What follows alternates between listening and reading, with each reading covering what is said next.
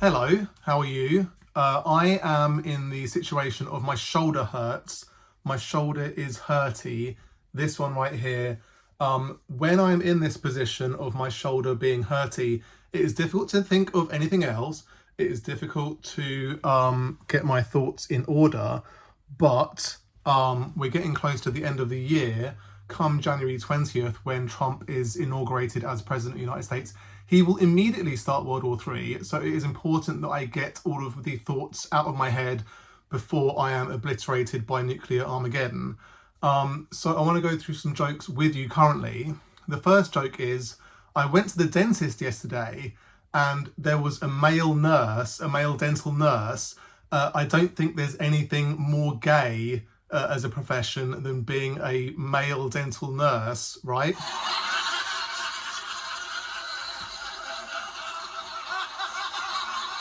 Second joke, I've been watching a lot of dashcam videos, very enjoyable, lots of stuff to watch in that category, lots of people crashing their cars in easily avoidable accidents. I think when you buy a dashcam, you must receive an email in which it states that you are automatically right in every situation as long as you have a dashcam.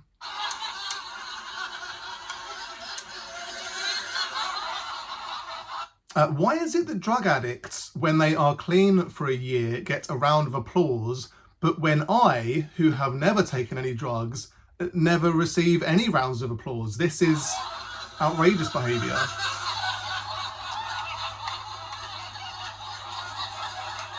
The worst thing about the hashtag #MeToo movement is that I feel bad as a man, as a big muscular man, as a big scary man, when I'm walking around, when I come across a situation in which I'm walking behind a female and I feel like she's worried about me being a rapist. I'm not a rapist, so I feel bad about that.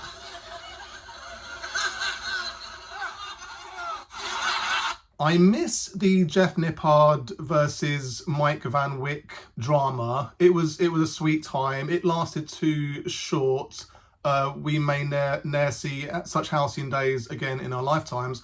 It reminded me of some of the classic, 2000s dramas that we got involving social media influencers going up against each other. But it would have been good if, when Mike had pushed Jeff, he had slipped and broken his neck, and that could have, given new meaning to the term nip slip. That would have been...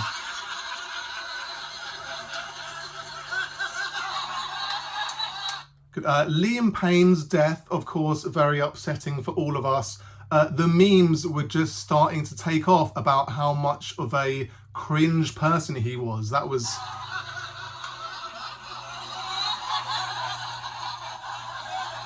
the big thing. It was great to see Chris Bumstead come second at the Open Bodybuilding in Prague. I think if he had won, then he could have then transitioned to men's physique and won in that category, and then he could have won the triple. That would have been... And then I think the only way forward would be for him to switch genders, become a female, and then he could have won all the categories in the female bodybuilding realm and become the undisputed master and mistress of all bodybuilding categories in existence.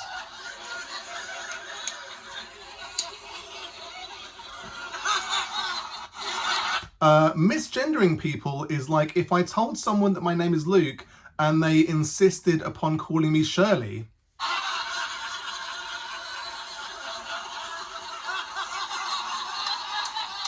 Seeing the outpouring of emotion at the untimely death of the United Healthcare CEO Brian Thompson has reinvigorated my faith in humanity.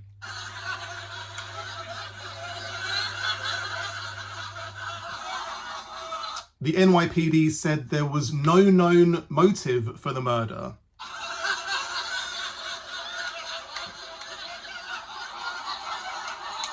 In 2024, under Brian Thompson's leadership, United Healthcare denied claims of 31.5 million sick Americans.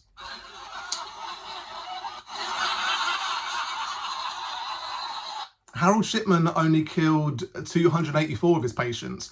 Every year, 45,000 working age Americans die from lack of healthcare. So that's...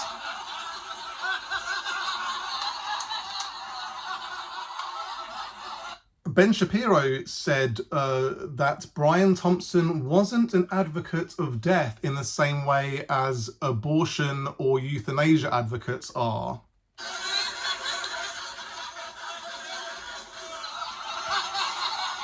He also said, violence is not justified in a democracy. Violence is outsourced to the government.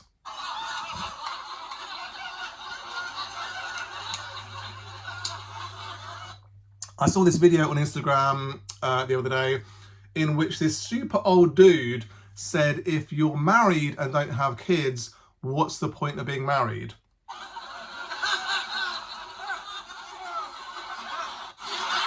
I commented, if you don't have a beard, what's the point of being able to grow a beard?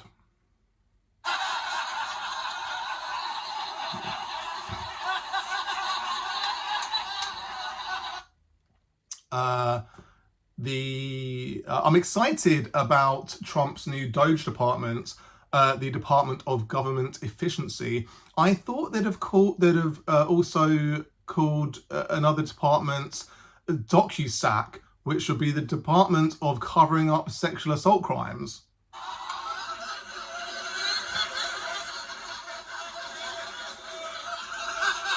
The most common baby name in the UK for 2023 has just been announced as Mohammed, and everyone is extremely upset. They're pointing to it as proof of the Great Replacement.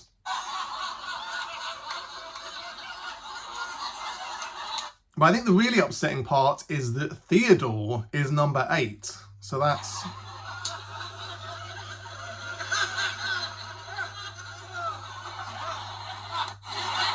children die in Chile because avocados need so much water. The real tragedy is that every single time I buy avocados, they're never ripe. That's very upsetting.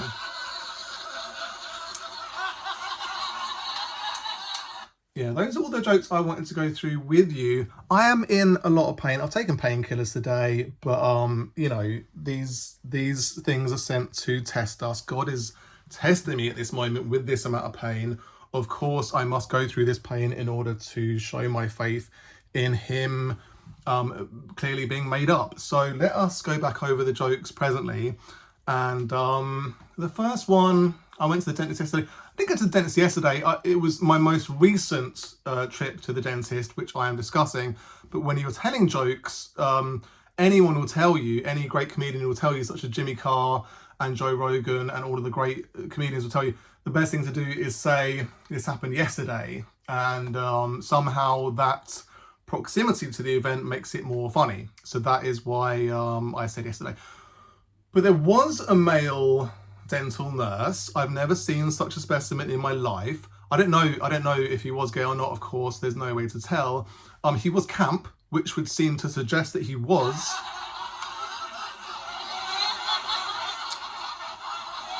But it sort of made me think, like, is there a gayer profession than being a dental nurse? It is classically a female profession.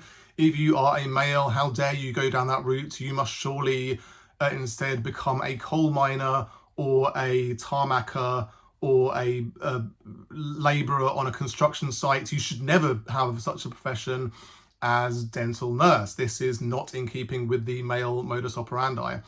There is, of course, that classic Ben Stiller film, Meet the Parents, in which Ben Stiller plays a male nurse. He is simply a nurse, not a dental nurse, which I think is on a lower rung of ultimate gayness than a dental nurse.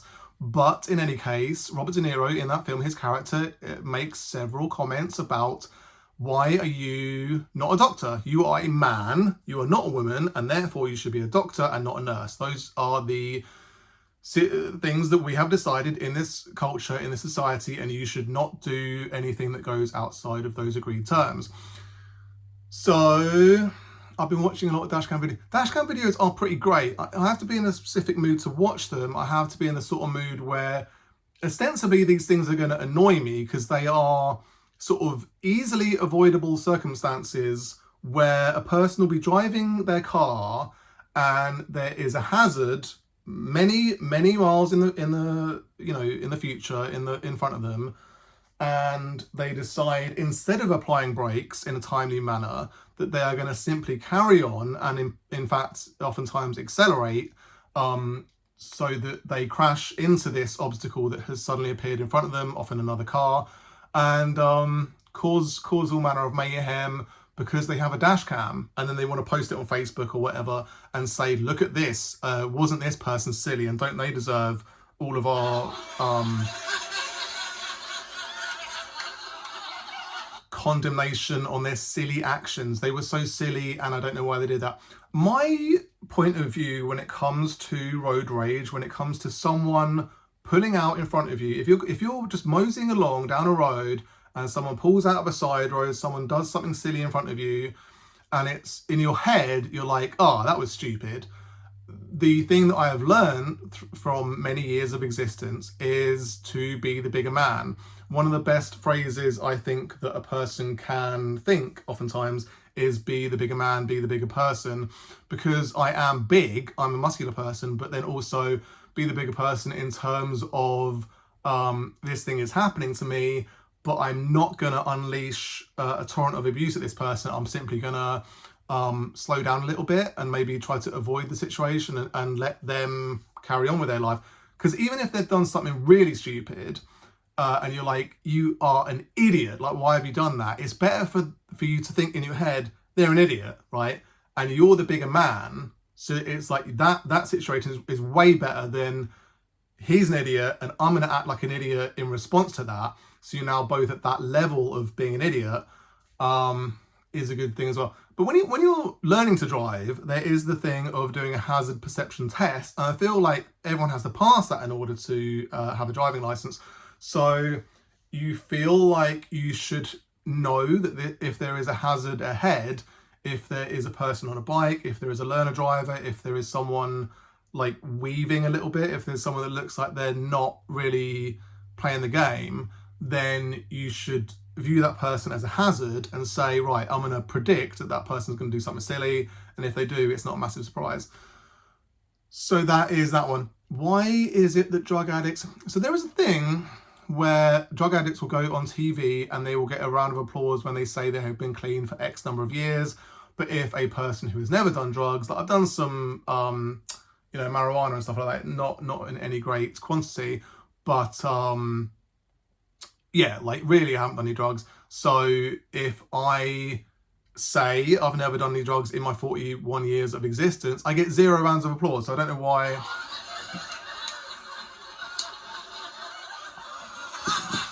No, it's addiction is of course a very upsetting situation, and it's like a bear trap. It's like a steel trap where if a person takes drugs for whatever reason, it can be very difficult to get out of that pattern of taking drugs, because a lot of drugs are pretty great and they feel great when you are taking them, and then if you don't take them for a while, then your body starts flipping out and you need it. So it's not like you're just doing it for a laugh. Like Peter Hitchens has this thing where like addiction is a choice, and you every time you take the drug, you are choosing to do that. But really, in actuality, there is no real choice. A lot of the time, it is a very difficult situation to get out of. So they deserve as much applause as we can give them on their journey to hopefully never touching drugs again.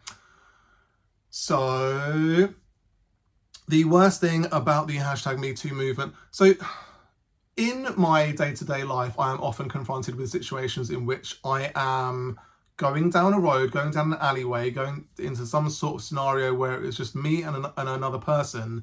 And if it's another woman, then I feel bad because she feels like I'm going to attack her, like I'm some sort of sexual offender.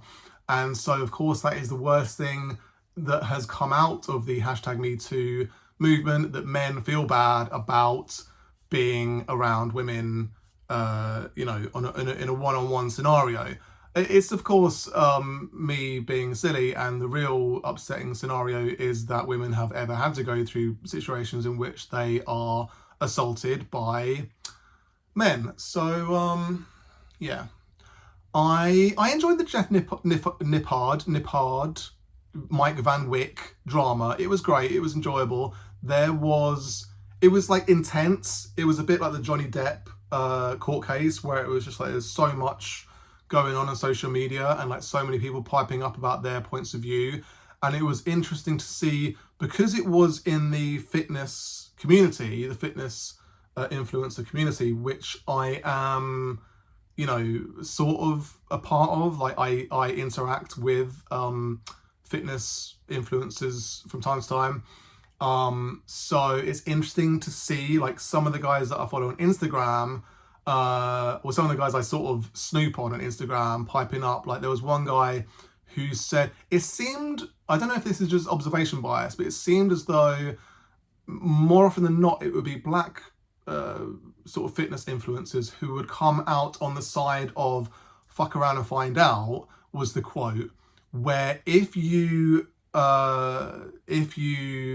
provoke someone, then you deserve everything you get. You deserve to get punched in the face, you deserve to get punched in the throat, you deserve to get as much physical violence inflicted upon you as possible. So it was a confusing situation. And my thing was, when I saw the incident, when I saw Mike push Jeff by the throat, it was like, what would I have done in that situation? It's difficult to say, obviously. And then when I saw the CCTV footage, it made me think again, what would I do? But I feel like the size difference was a big factor. Like obviously Jeff is like a relatively big dude, but then Mike is way bigger. So like if a way bigger dude came up to me and pushed me by the throat, would I want to start a full physical fight with him? Probably not. I'd probably just extricate myself from that situation and maybe go tell the manager of the gym that this guy just pushed me by the throat. Because like I said, with the dash cam, like road rage scenarios, I want to be the bigger man. Like I don't necessarily need to listen to my ego and be like, because this guy just pushed me by the throat, I now need to inflict violence upon him in order to make my ego feel sort of better. So I guess you never know what you can do, but I don't blame Jeff for not reacting to it and just sort of walking away in that sort of business, and then making videos about him going to get going to the hospital to get a scan to make sure everything was right. People like took the piss out of Jeff for going to the hospital to get checked out, but it's like, if you're pushed by the throat is quite a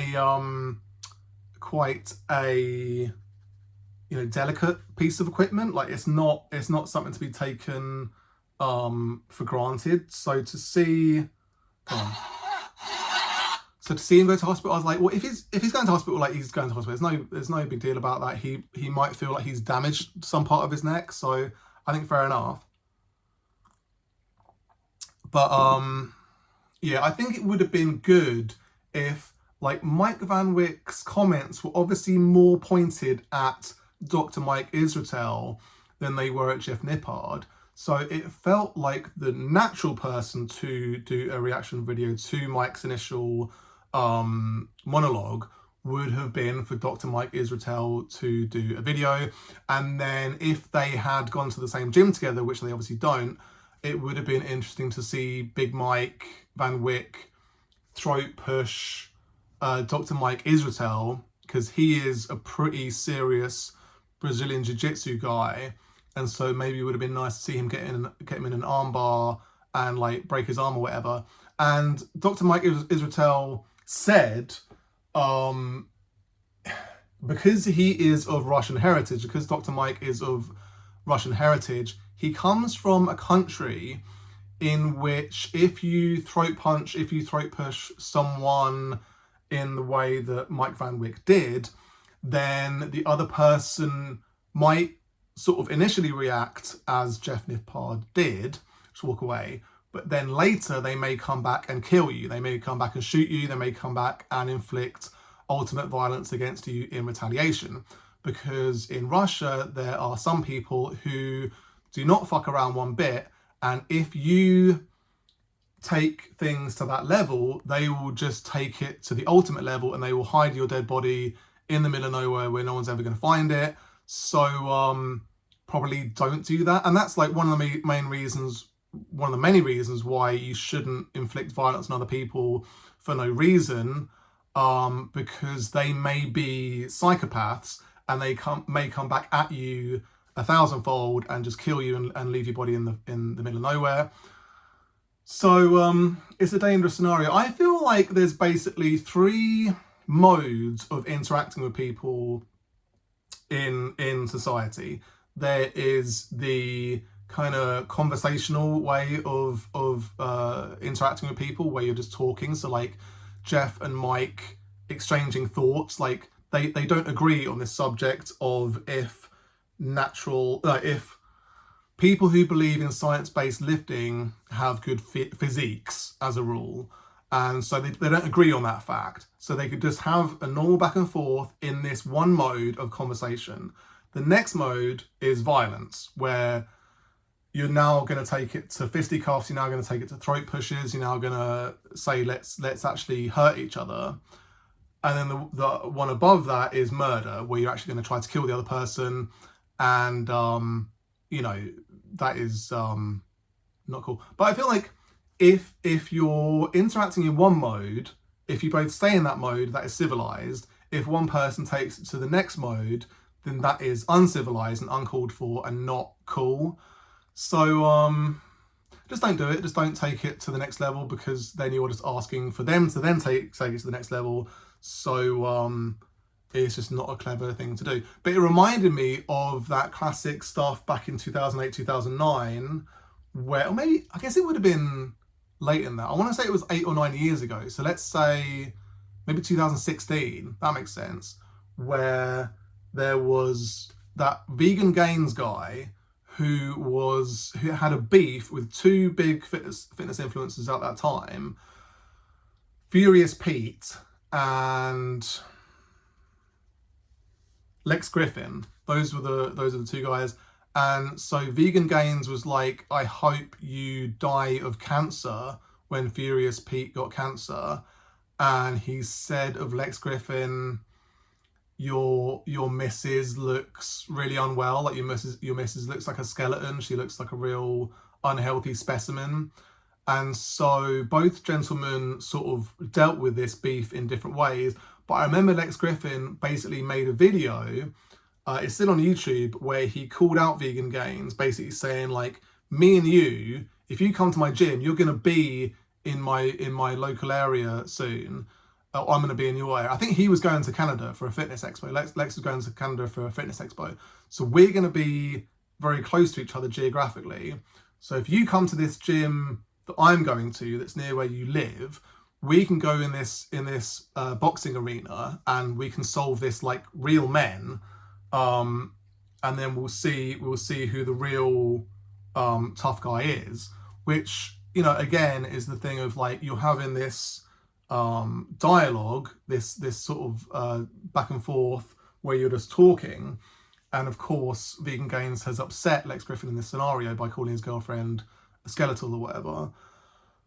So Lex was like, let's settle this like men, let's settle this in the arena. And Lex like at least was like a pretty serious like martial arts guy. So it was kind of a silly, and it was like more muscular than Vegan Gains. So it's like, why do you want to have a fight with this guy that's clearly way smaller than you, and you're going to be way more skilled at fighting? It's just going to be you kicking this guy's head in, basically. So yeah, it's a little bit childish, a little bit silly. So Liam Payne's death, I think it was upsetting. It's always sad to see young people die. People that are not old should not die. If they're just like normal blokes, like Liam Payne seemed just like a normal dude. He wasn't a demon. So seeing him die was upsetting. But then it's kind of like, I felt like the memes taking the piss out of him were just starting to ramp up. Like there was, Limmy did a lot of videos talking about him being cringe. There was a lot of videos calling Liam Payne like David Brent, the way he talked about stuff. So it was interesting, like just as that was ramping up, he died.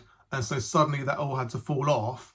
And then suddenly it was like everyone's very upset about him dying now. So that was...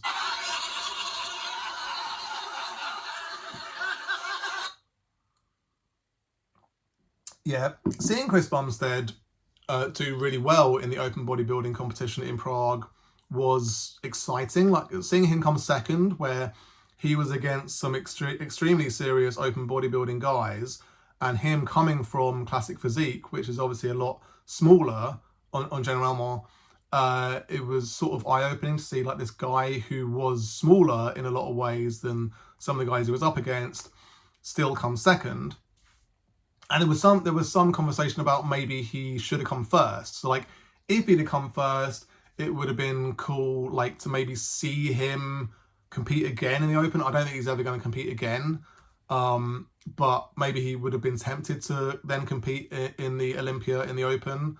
And obviously, like, it's a joke to say that he would then go over to men's physique, even though men's physique is essentially open bodybuilding guys in board shorts. So he could have easily transitioned. That would have been no problem at all.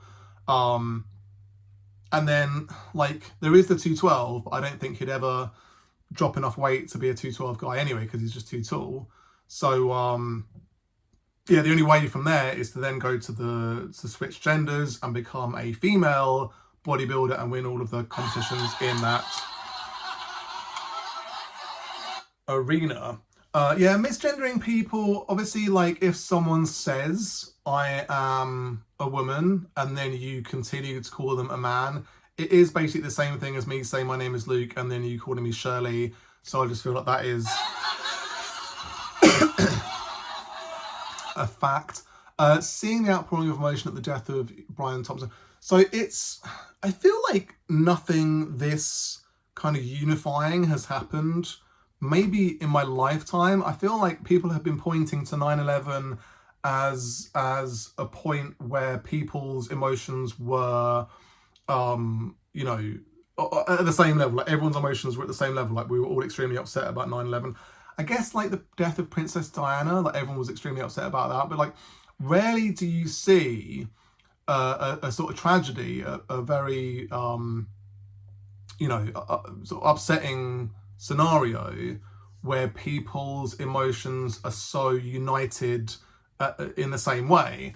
So there has just, and like the news has been, newspapers, news outlets have been sort of shocked at the delight that people have shown for the murder of this CEO of healthcare insurance. And like being from the UK, it is strange. Like we don't have this scenario of privatized healthcare in the same way that the US does. Like Ben Shapiro has talked about the fact that America has this mixed economy of both private and public companies, but really that's not true. Like in the UK, basically you don't need health insurance. Like you just go to the hospital whenever and it's fine. Like you, whatever disease you have, whatever bone you break, whatever circumstance you are faced with, you go to the hospital, you go to the doctor, whatever the situation is, and you don't have to pay. Like you just never have to pay. So it's only like if you get prescriptions from the doctor, like if you're prescribed drugs, then there's like a flat fee. So you only have to pay like eight pounds or whatever for this prescription. And so they'll say like if you're prescribed paracetamol, just buy generic brand paracetamol, which is like 80p a pack of paracetamol or whatever.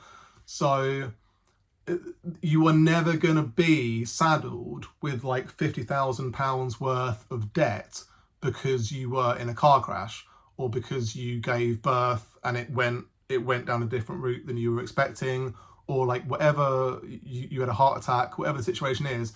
You're not then suddenly saddled with a whole load of debt because something happened to you that was out of your control.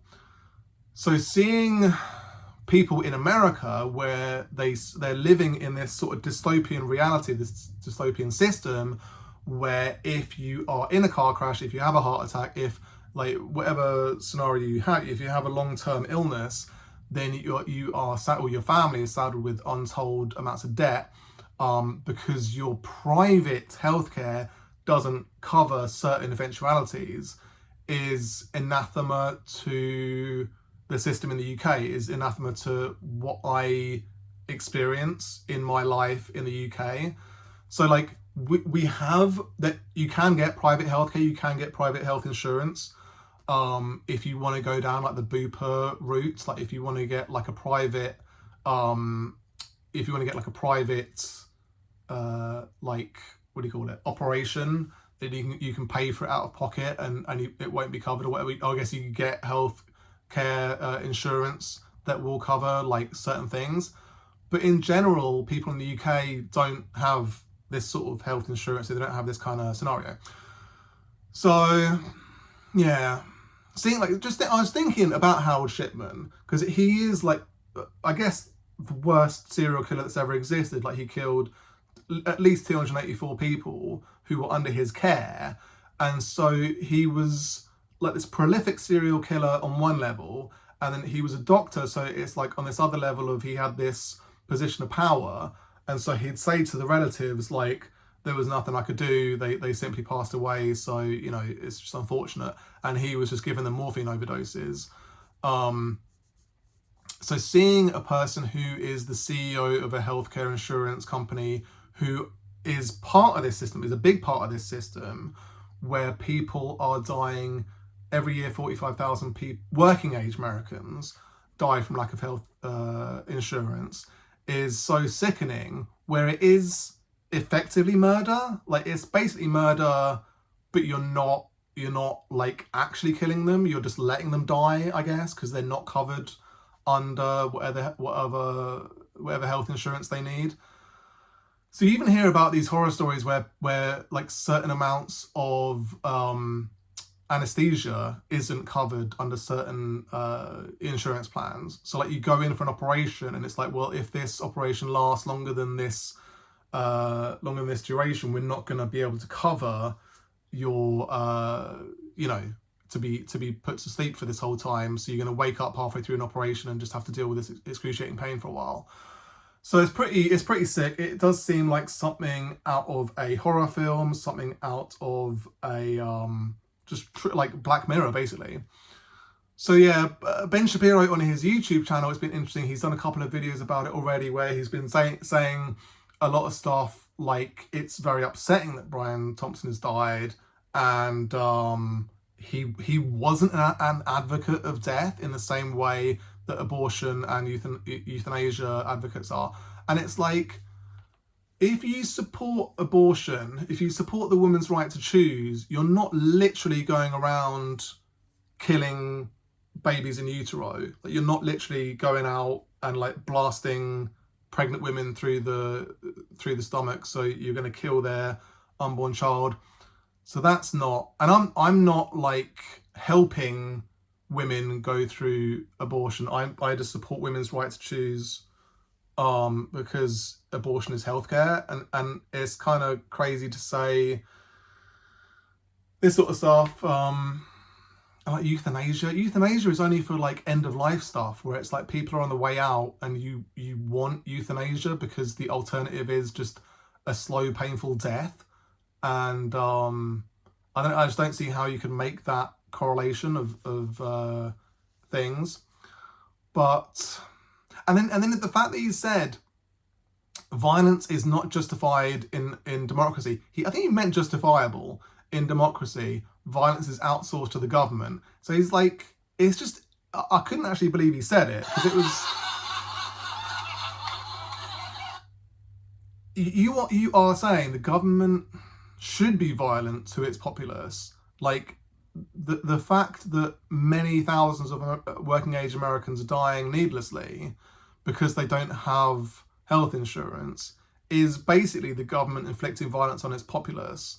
So the correct course of action is to get the government to be violent against their own violence. I don't see what course Ben Shapiro is advocating for.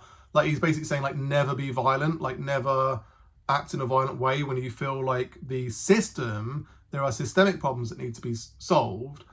So yeah, I don't see what he's talking about. And like, the government is violent against its populace in so many ways.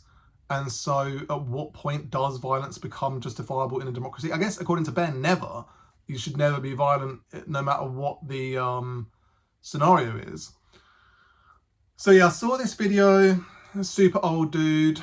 He's like a relationship expert. He's trying to sell himself as a relationship expert. And he was like, if you're married and don't have kids, what's the point in being married? And it's the old thing of like, the meaning of life is to have kids.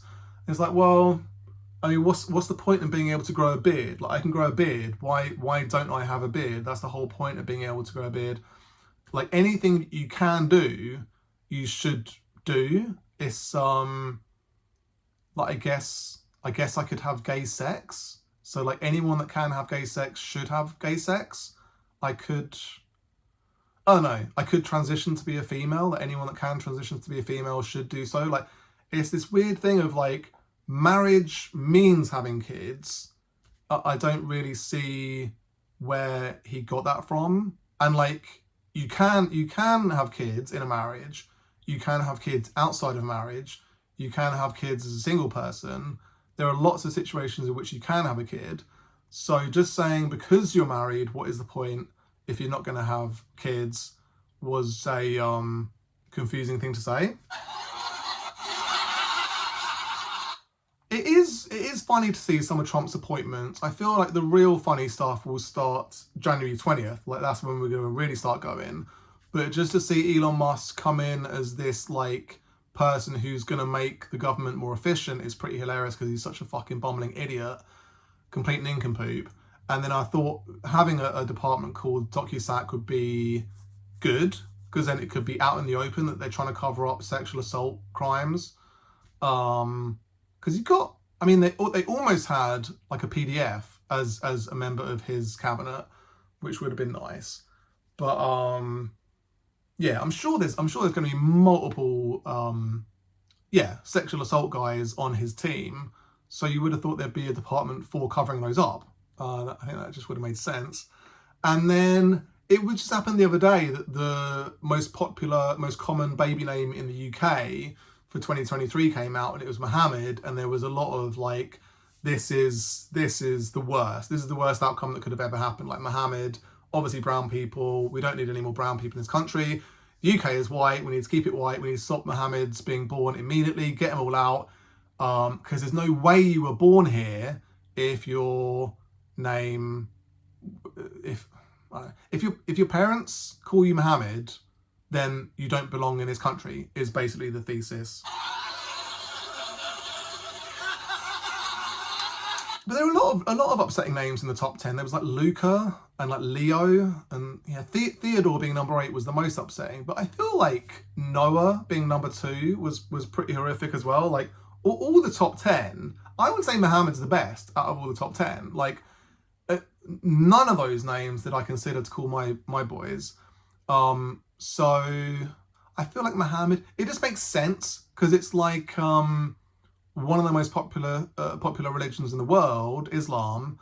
A lot of Muslim people call their kids Mohammed because it's just like a normal name. It's like the white equivalent of like Ben. I feel like when I was growing up, there's just a lot of Bens. There's like at least 10 Bens in my year group when I was at school. They're just super common, like loads of Chris's. There was like one other Luke at school.